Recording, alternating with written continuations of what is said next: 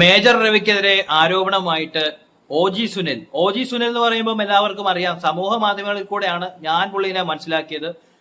അതുപോലെ തന്നെ ആയിരിക്കും ഒരുമാതിരിപ്പെട്ട ആളുകളും പുള്ളിയെക്കുറിച്ച് മനസ്സിലാക്കിയതെല്ലാം അങ്ങനെയാണ്. പുള്ളി ഒരു വലിയ ബിസിനസ്മാനാണ്.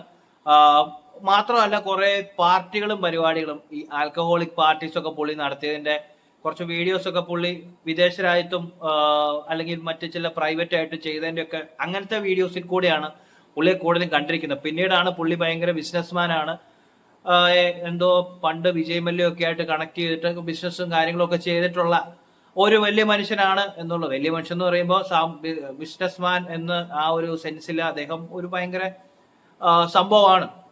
ഇപ്പോഴും ആ ഒരു സംഭവത്തിന്റെ പുറത്താണ് അദ്ദേഹം നടക്കുന്നത്. ഇപ്പൊ എന്തായാലും മേജർ രവിക്കെതിരെ ഒരു വെടി പൊട്ടിച്ചിരിക്കുക.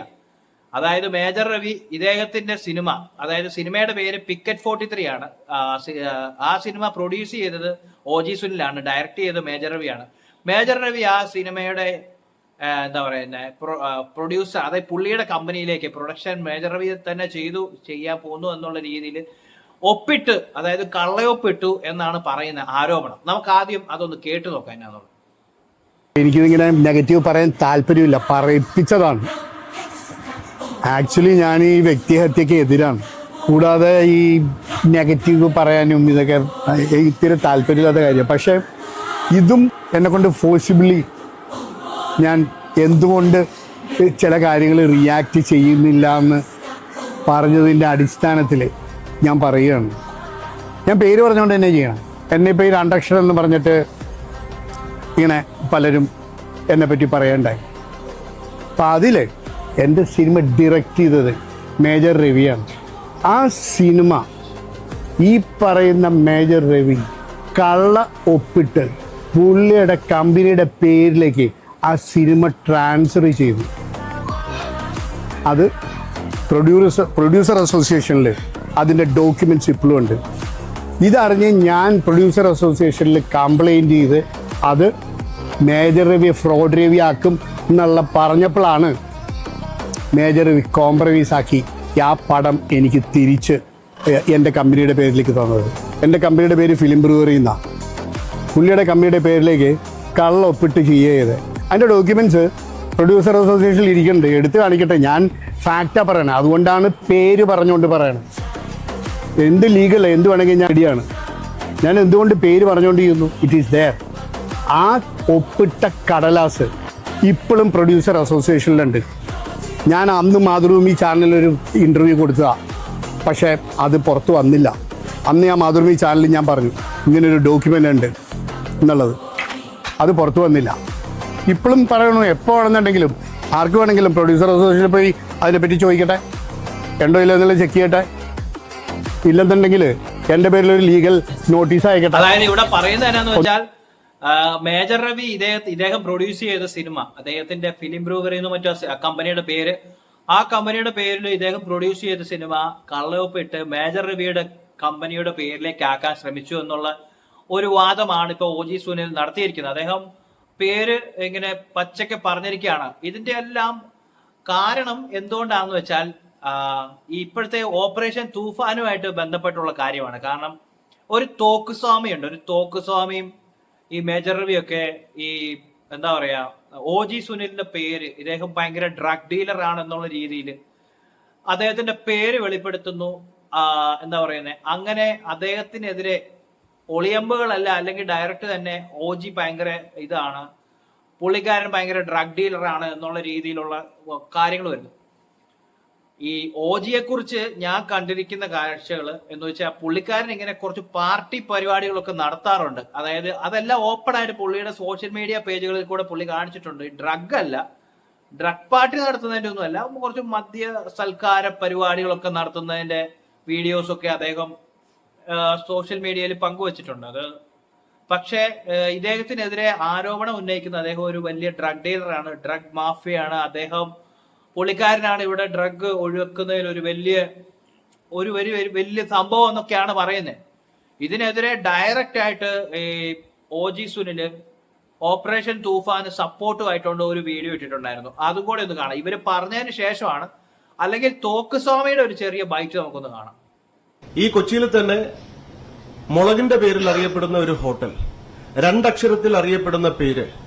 കുറച്ച് നാളായി സോഷ്യൽ മീഡിയയിൽ ഞാൻ കേരളത്തിന്റെ ഏറ്റവും വലിയ ഡ്രഗ് ഡീലർ ആണെന്നും ഞാനാണ് ഇത് മുഴുവൻ കൺട്രോൾ ചെയ്യണമെന്ന് പറഞ്ഞിട്ട് ഇവിടെയാണ് തോക്കുസ്വാമി ഓജിയുടെ പേര് പരാമർശിക്കുന്നത്. ഓജി രണ്ടക്ഷരം എന്നാണ് പറയുന്നത്.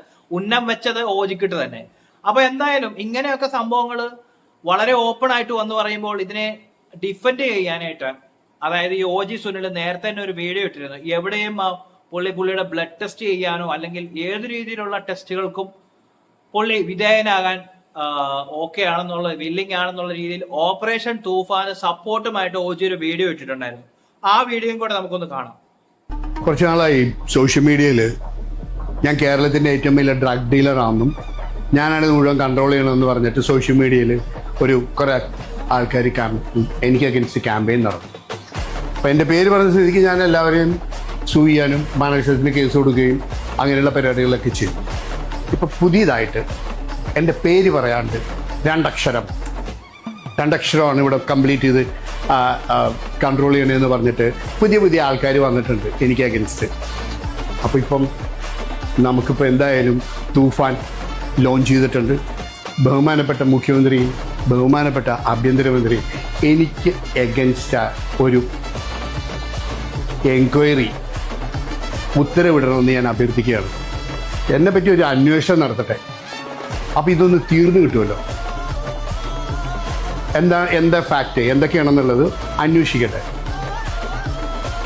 അപ്പോൾ അതൊന്ന് ഒരു അന്വേഷണം എൻ്റെ പേരിൽ ഇവിടെ ഓജി ഓപ്പൺ ചാലഞ്ചിന് തയ്യാറായിരിക്കുകയാണ്. കാരണം എവിടെ വേണേലും വന്ന് ബ്ലഡ് ടെസ്റ്റോ എന്ത് കുന്തം വേണേലും ടെസ്റ്റ് ചെയ്തോ ഒരു പ്രശ്നമില്ല. പുള്ളിക്ക് ഒരു പൂക്കച്ചോളയും പോകാനുള്ള ഇല്ല എന്നുള്ളൊരു കണക്കിൽ പുള്ളി ചലഞ്ച് ചെയ്യുകയാണ്.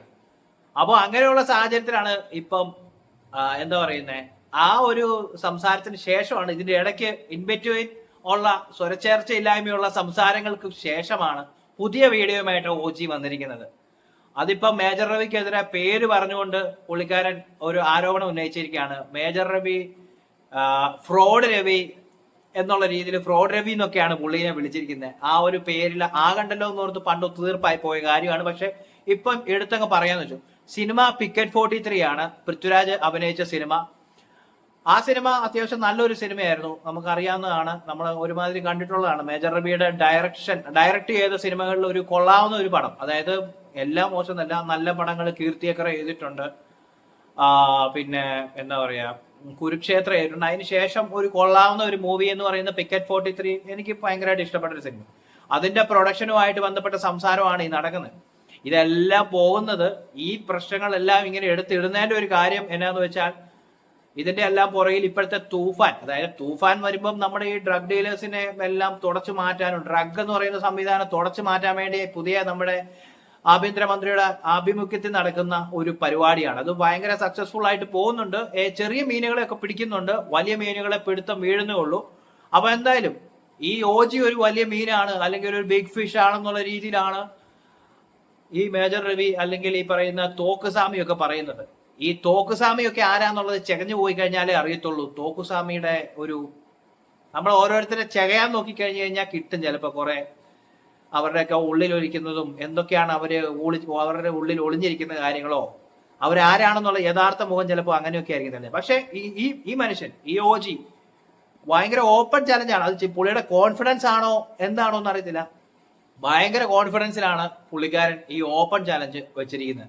എന്തായാലും ഇനിയിപ്പം മേജർ രവിയുടെ ഭാഗത്തുനിന്ന് ഇതിനെന്താണ് മറുപടി വരാൻ പോകുന്നതെന്നാണ് നോക്കുന്നത്. കാരണം ഇതൊരു ഓരോ ദിവസങ്ങളിലും ഓരോ രീതിയിലുള്ള ഫൈറ്റുകൾ നമ്മൾ കാണാറുണ്ട്. അതിപ്പം ചില വ്യക്തികളെ കേന്ദ്രീകരിച്ചായിരിക്കും, ഇവരുടെ കാര്യമല്ല, ഓരോ ദിവസം ഓരോരോ വിഷയങ്ങൾ, ആ ഓരോ വിഷയങ്ങൾ വരുമ്പം പഴയ വിഷയങ്ങൾ തെന്നി മാഞ്ഞ് പോകും, പുതിയ വിഷയങ്ങളിലേക്ക് ആൾക്കാർ പോകും. അപ്പൊ അങ്ങനെ ഉരുത്തിരിഞ്ഞ് നിൽക്കുന്ന ഒരു വിഷയമാണ് ഇപ്പൊ ഓജിയുടേത്. അപ്പൊ ഇതുമായിട്ട് ബന്ധപ്പെട്ട് എന്തൊക്കെയാണ് സംഭവിക്കുന്നത്, ആർക്കൊക്കെയാണ് ഈ പിടിപാടുകൾ വെച്ച്, ഈ ഒന്നാമത്തെ കാര്യം പണം എന്ന് പറയുന്ന ഒരു കാര്യം ഉണ്ടെങ്കിൽ അതുകൊണ്ട് കുറെ പേരെ കണ്ണുകൾ അടയ്ക്കാൻ പറ്റും. പണം ഉണ്ടെങ്കിൽ നമുക്കിങ്ങനെ നീതി ദൈവത്തിന്റെ കണ്ണുകൾ അടയ്ക്കാൻ പറ്റുമെന്നുള്ളത് പലരും തെളിയിച്ചിട്ടുള്ളതാണ്. ഏതായാലും ഇവിടെ ആർക്കാണ് നീതി കിട്ടാൻ പോകുന്നത് എന്നുള്ളത് അറിയത്തില്ല. ഓജിയുടെ സൈഡിലാണോ ന്യായം അതോ മേജർ രവിയുടെ സൈഡിലാണോ ന്യായം? എന്താണേലും ഇപ്പം ഓജി മേജർ രവിനെ എന്താ പറയുന്നേ ഇങ്ങനെ പേര് പറഞ്ഞ് ഒരു ഓപ്പൺ ഫൈറ്റിന് തന്നെ നിൽക്കുകയാണ്. ഇതിന്റെ പുറകെ ഇനിയിപ്പം അതായത് ഓജി പറയുന്നുണ്ട് ഇതിന്റെ എല്ലാ രേഖകളും പുള്ളിയുടെ കൈവശവും ഉണ്ട്. അതായത് അതുപോലെ മാത്രമല്ല ഫിലിം പ്രൊഡ്യൂസേഴ്സ് അസോസിയേഷന്റെ കയ്യിലും ഒക്കെ ഇതിന്റെ രേഖകൾ ഉണ്ടെന്നാണ് പറയുന്നത്. അങ്ങനെ അദ്ദേഹം ഭയങ്കര ഓപ്പൺ ആയിട്ട് പറയണമെന്നുണ്ടെങ്കിൽ മേജർ രവി പുള്ളിയുടെ നീതി തെളിയിക്കണം, പുള്ളിയുടെ ഭാഗത്ത് ന്യായമുണ്ടോ എന്നുള്ളത് തെളിയിക്കണം. ഇത് നമ്മളിങ്ങനെ പറയുന്നത് എന്നാന്ന് വെച്ച് കഴിഞ്ഞാൽ വേറൊന്നുമല്ല, ഒരാളെ കുറിച്ച് ഒരാളൊരു ആരോപണം ഉന്നയിച്ചു കഴിയുമ്പം എതിർ സൈഡിൽ നിൽക്കുന്ന ആളുടെ ഒരു അവസ്ഥ എന്താണ്, അല്ലെങ്കിൽ എതിർ സൈഡിൽ നിൽക്കുന്ന ആളുടെ വാദം കേൾക്കണമല്ലോ. അല്ലെങ്കിൽ ഇതൊരു കോടതി മുറിയിലൊക്കെ നടക്കുന്ന ക്ലോസ്ഡ് ആയിട്ടുള്ള പരിപാടിയാണ് നമ്മൾ നടത്തുന്നത്. ഇതിപ്പോ സോഷ്യൽ മീഡിയ വന്നിട്ട് ഓപ്പൺ ചലഞ്ച് ഒക്കെ വെക്കുമ്പോൾ നമ്മൾ കേൾക്കും, നമ്മൾ റിയാക്ട് ചെയ്യും, നോർമലി സംഭവിക്കുന്ന കാര്യങ്ങളാണ്. എന്തായാലും തൂഫാൻ വന്നതോടുകൂടി കുറെ പേർക്കൊക്കെ ഈ പറയുന്ന പോലെ പെരുവരലെല്ലാം നിൽക്കുന്നത്, അതായത് കാല് നിലത്ത് കുത്താൻ മേലെ പോലത്തെ ഓട്ടമാണ്. അങ്ങനെ ഓടുന്ന കുറെ പേരുണ്ട്. എന്തായാലും ഈ ഒരു വിഷയത്തിൽ ഓജിയുടെ ഒരു ഉള്ളിലുള്ള കാര്യങ്ങൾ ഓജി പറഞ്ഞു. ഇനിയിപ്പം മേജർ രവിയുടെ ഭാഗത്ത് നിന്നാണ് വരാൻ പോകുന്നത്. ഒരു ബിഗ് ഫൈറ്റ് നമ്മൾ കാണുമോ എന്നൊന്നും അറിയത്തില്ല. എന്തായാലും കാത്തിരുന്ന് കാണാം നമുക്ക്.